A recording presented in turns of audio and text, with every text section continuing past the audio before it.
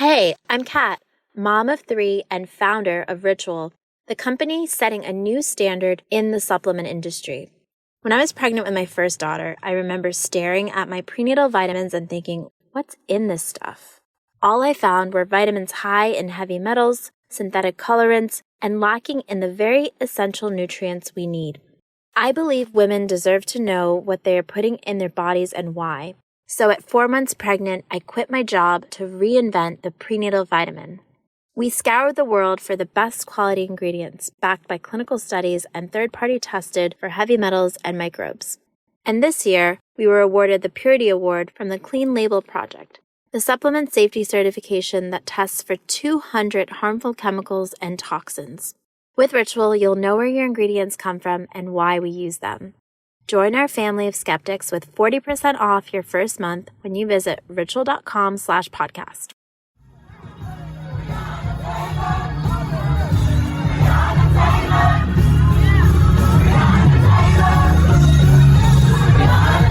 This is Make It Plain.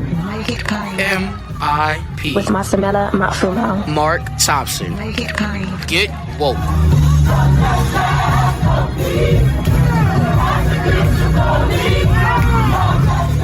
Ladies and gentlemen, we want to welcome back to Make It Plain, joining us fresh off his campaign for Senate in South Carolina. And he's going to share with us what his experience was like and perhaps even give us an even more up-close perspective of what it's like to be in that kind of race, as we all are working hard down in Georgia these days. He is our dear friend and brother, who might even be up for a new gig before long, too. We'll ask him about that as well. Jaime Harrison joins us from South Carolina. God bless you, brother. How are you? I'm good, brother. It's so good seeing you, man, and happy holidays to you. Same to you, man. Same to you. First of all, Jaime and I were just talking off mic. Many of you have undoubtedly heard by now that former South Carolina Democratic Party chair, former DNC chair, Don Fowler, has passed away. Jaime, the first time I went to South Carolina, I met Don and Carol, and they treated me like I was you. They treated me like I grew up there. And it was unbelievable, and just took me everywhere and showed me everything. I got a whole primer on South Carolina in like 4 hours. Yep. And they're just warm and beautiful people. In your words, Don Fowler's influence on you and your career. Yeah, you know, Don and Carol, it's hard to put into words how important they are to all of us here in South Carolina, but folks across the nation. I went on Twitter after I heard the news, and often folks talk about Jerry West is the logo for the NBA. Well, if I had to come up with a logo for the Democratic Party and the DNC, it's Don Fowler. Mm-hmm. I mean, this is a man who he and I were talking. Next year would have been his 50th year as a member of the Democratic National Committee. Wow. 50 years in the DNC, going from president of the Young Dems to chair of the South Carolina Democratic Party to chair of the Democratic National Committee. Every political step that I've taken in my life and every career change, I've always consulted with Don. My first time going to the White House was because of Don Fowler. I was an interning Jim Clyburn's office. We had gotten a whole big every summer, the farmers from South Carolina send up some fruit to D.C., to the congressional delegation. They'll send either peaches or watermelons or what have you. And that summer, we got a whole truckload of peaches. And Clyburn gave Don a big segment of it. And so Don then proceeded to make sure that everybody in D.C. had South Carolina peaches. And he gave me this whole list of places that I had to go drop these bags of peaches off to. And the final place was, he said, I got a special treat for you. And it was the White House. Wow. And I went, and at that time it was Bill Clinton president, to go deliver a bag of South Carolina peaches to Bill Clinton and Hillary Clinton in the White House. And listen, as a kid in college, man, who was a political junkie, that made my life. But Don was just a great guy, and he's going to be missed, man. He's leaving such a huge hole in our party, and I don't see anybody filling it. Well, now, but you have kind of mirrored his footsteps and his trajectory. The conversation now, and you mentioned the majority whip. Even he's advocating publicly for you to be the next chair of the DNC. Well, what's up, bro? You can do this? Well, man, listen, it's a deep honor to even be in the mention of such an important job. And I've just been clear about it. No need to be mealy-mouthed. If the president-elect asks me to serve, then I will. I believe in the Democratic Party. I believe in our values. That's not to say that the party is perfect. There's a lot of stuff that we need to do in order to make it better, to make sure that this is a party that hears people, that sees people, that values people, and is going to fight for them. And I believe that I bring some skills that can help us realize that. And, I'm just waiting for the call. So, Mr. President. Well, let me also congratulate you on your race. Just before we talk about Georgia, I think what you've done is make South Carolina the new Georgia, so to speak. I mean, because it's a process. Stacey had to do what she did get the ball rolling to get Georgia where it is. You are doing that in South Carolina. You may not have won the seat this time, but you shook up everything, and it's coming. It always happened the first time. I mean, it's around the corner. So I want to commend you for that. How are you? I know how campaigns are. Have you caught your breath yet? Have you recovered? Oh, man.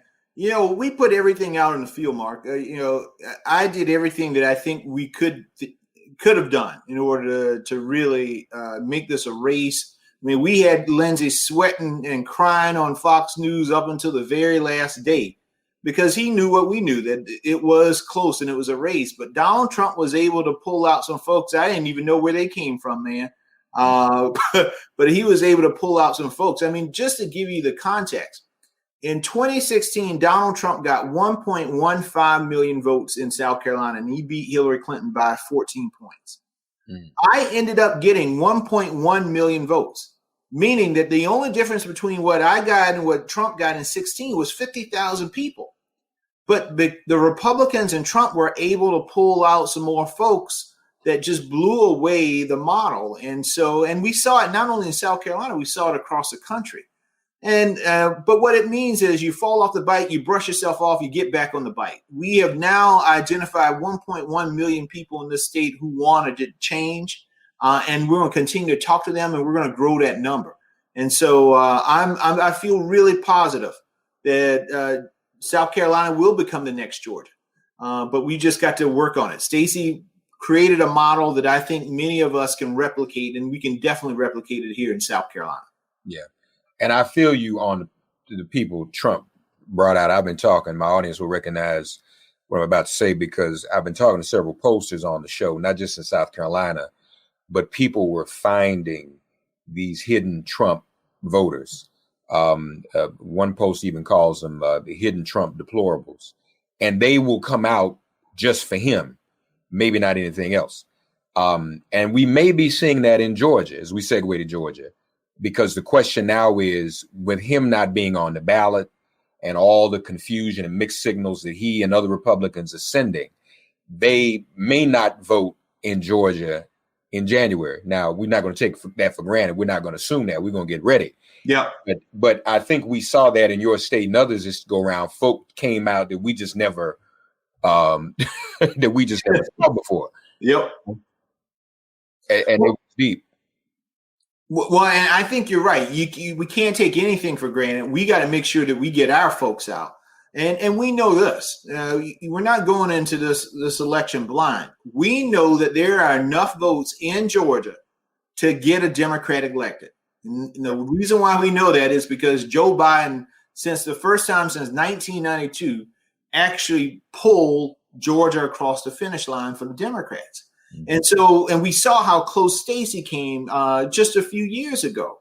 And so you got two amazing candidates in Reverend Raphael Warnock and John Ossoff, who I believe are going against the Bonnie and Clyde of the United States Senate, and they will go in and they'll represent the people.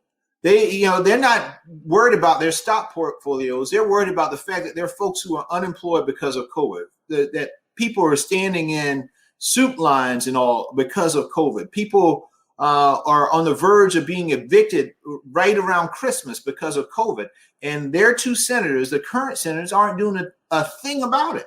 But Jon Ossoff and Raphael Warnock, as soon as they get into the Senate, they're going to start working on behalf of the people of Georgia. Heck, they're already working on behalf of the people of Georgia. And so we just need to make sure, in order to make it happen, people got to go to the polls. Yeah. Was there anything that you learned from your race that you would advise either the candidates or the GOTV effort in Georgia that you would advise them or give them advice on in terms of what to do between now and January 5th? Yeah, and Mark, I've been in touch with John and Reverend Warnock about this. A few things. I told them, I said, when they punch you, you better punch back and punch back harder. And we see it right now. You particularly see it with the demonization of Reverend Warnock in this race.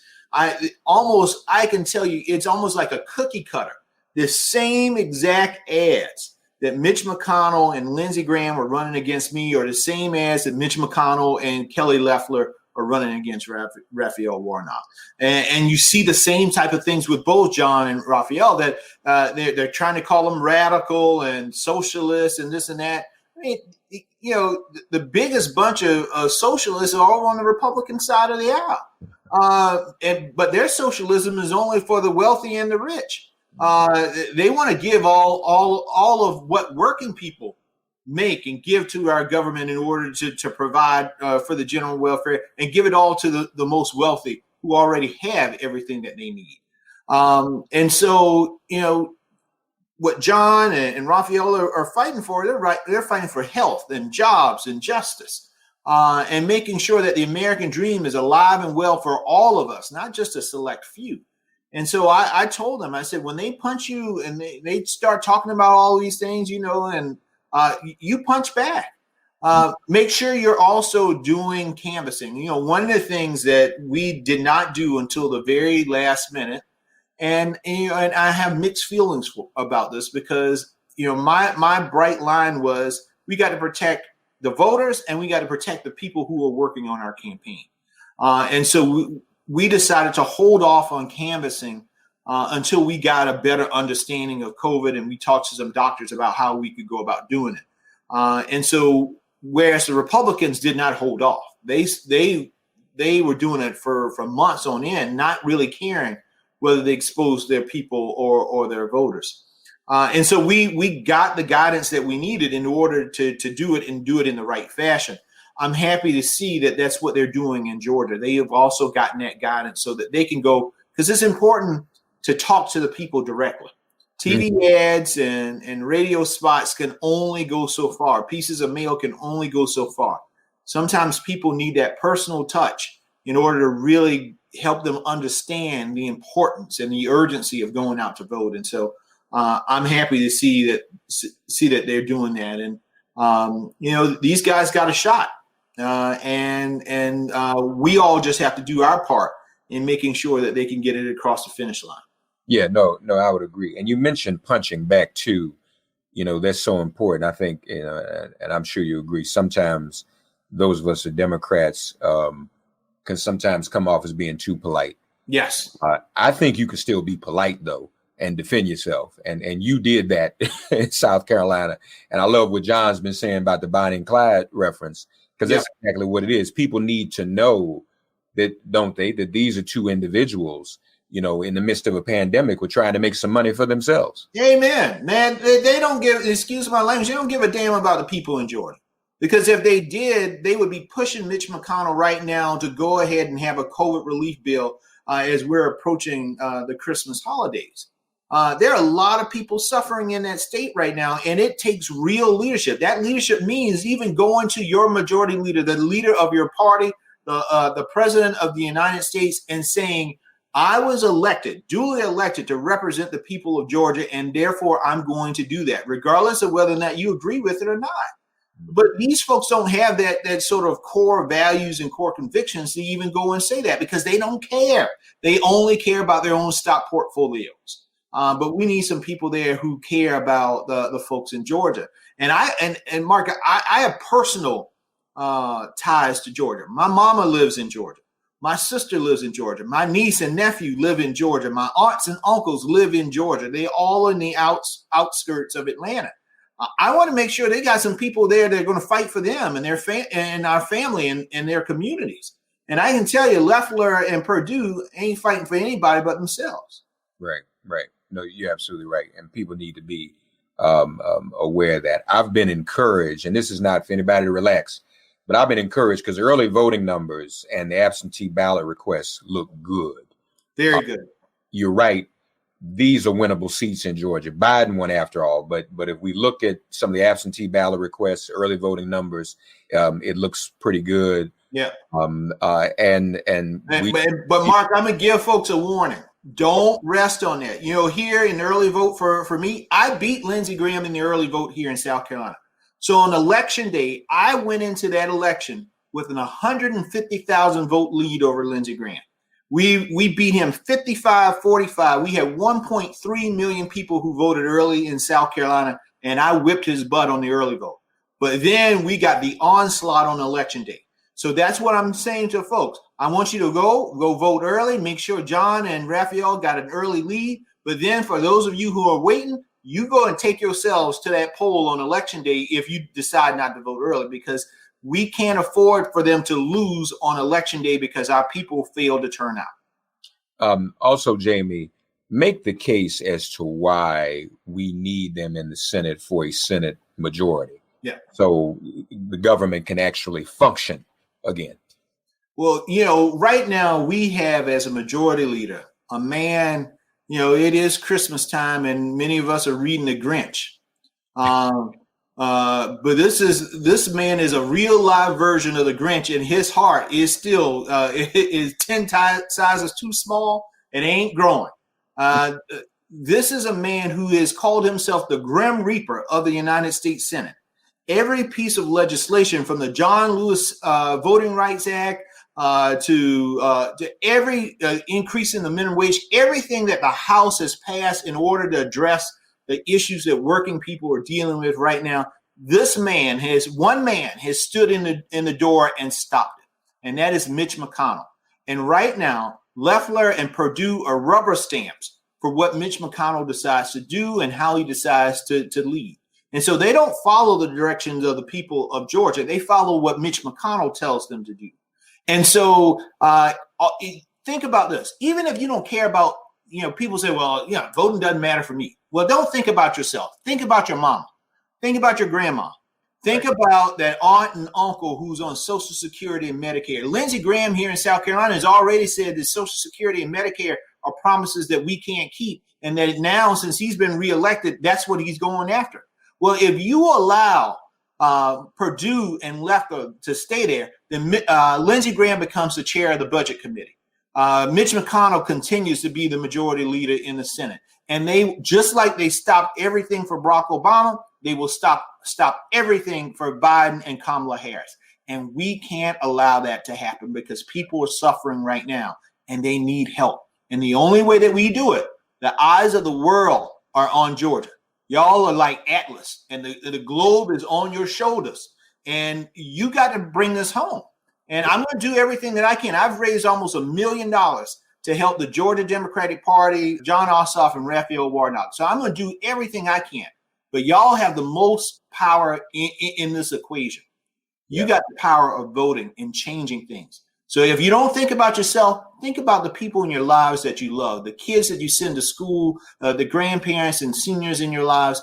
Let's protect them. And the way that you do that is by voting, either now, early, or on January 5th. Amen. No, we need folks to do that. And you formed a new PAC too. Is that right? Yeah, it's called the Dirt Road PAC.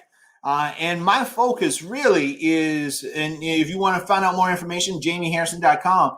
But my focus is going into states like Georgia and South Carolina and Mississippi and Louisiana, states where Democrats have really taken them for granted over the years, and doing some long-term investments so that we can eventually turn these states purple and then blue.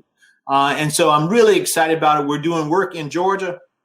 We're helping. We're going to start a new partnership in Virginia very soon because they got elections coming up in 2021.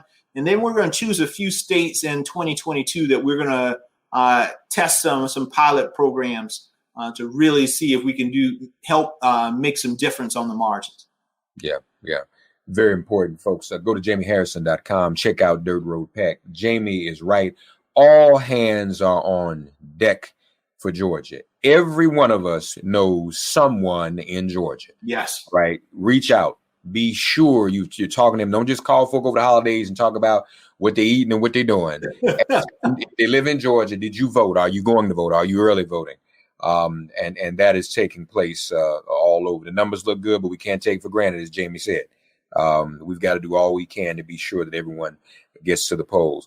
Brother, we all are so proud of you. I mean, it's just like Stacey's situation where you lose the seat per se, but you still win. Amen. Amen. In many, many ways, you won. And so God bless your work. God bless. We're looking forward to many other great things. I'm wonder when maybe I need to text Joe Biden myself and why don't you go ahead and do that? What you doing, dude? What's going on? JaimeHarrison.com. And folks, lift up the name of Don Fowler. God bless him and his family. Because this person you see, Jaime, Don had a lot of influence on him. Yeah. And so we continue the fight. And all those states you named, Dirt Road, man, those are states where there are thousands of African-American voters. Yes. We could just turn that power around. I mean, man, Mike didn't do as well this time as he did a couple of years ago, Mike Espy, but that was close. Mike was close, and and I think that's you got folks like Adrian Perkins in Louisiana. Adrian got in late, but I mean, these are so many talented people who would be tremendous leaders on a national level, but the investment isn't there. The infrastructure isn't there. And that's why I decided that I wanted to do this work. We saw what Stacey was able to do in Georgia. She built an infrastructure that has now paid off and paid dividends. We got to do the same thing across this country. And so regardless of whether I'm at the DNC or just Jaime Harrison, private citizen, I'm committed to doing this work because I know it's the work that has to get done. There are too many Black folks that live in all these states where folks have not expanded Medicaid, where hospitals are closing, where schools are falling apart, where the roads are still dirt and the water is as brown as the dirt. We got to change that, because we can't allow these people to live in states that are almost like third world countries. Yeah. This is America. And all of the things that everybody benefits from and the joys needs to trickle down and needs to be had by everybody, not just a select few. And so I'm committed to doing this. I ain't going anywhere, and I'm rolling up my sleeves and ready to fight for it. Y'all heard that. He's going to do the work anyway. So if he's going to do the work, we should just give him the job. Okay. I mean, that's just because he's going to do it anyhow. And that's how committed he is. Before we go, very important, let me say, so how is South Carolina's COVID numbers these days? Oh, it just like every place else. We are seeing record number of COVID cases, and our governor ain't doing excuse my language again, ain't doing a damn thing. Yeah. Because he's a Trump rubber stamp and cares more about the politics, about everything else, instead of the health of the people of South Carolina. And so, many of us are pushing him and saying, let's have a mask mandate for at least 60 days so that as we go through this, that we can see some relief. We're almost at capacity at many of our hospitals here in South Carolina. And I'm fearful for what the holidays will bring. Mm-hmm, mm-hmm. You going to take the vaccine? A lot of Black folk talking about it. Yes, I am. Okay. As soon as it is available to me, I'll take it. I'll get on Instagram Live, Facebook Live, I'll tweet live, anything to let folks know we need to take the vaccine. Folks, listen. We take the flu shot and all that. And I understand. the history and of Black folks don't want to be tested. being tested on. But it's not just Black people who are taking this; everybody is. And so the alternative is not something that we want. We see what the alternative is. More Black and brown folks are dying because of the coronavirus than any other group. And so let's make sure that we're doing what we can to protect ourselves and our loved ones. Yeah, you're right. The alternative is certain. Yes. We see with that. That's not, don't have to wonder about that. So when you put something up against what you know is going to happen and something you may have some concern about, then you got to really make the responsible decision. Exactly. So Dirt Road Pack, JaimeHarrison.com. Brother, we thank you. Love to your family over this holiday season. And your Georgia family, your mom and everybody. So we're going to get this done, folks, with Jaime's help. We're going to get this done. Thank you, brother. Thank you, brother. Merry Christmas to you. Same to you, my friend. All right. Thanks for getting woke and listening to Make It Plain. Please remember to listen, like, subscribe, and wherever you get your podcasts, please give the show a 5-star rating. And please do spread the word. Let's all continue to pray for each other during this pandemic and this police-demic. If all hearts and minds are clear, it has been made plain.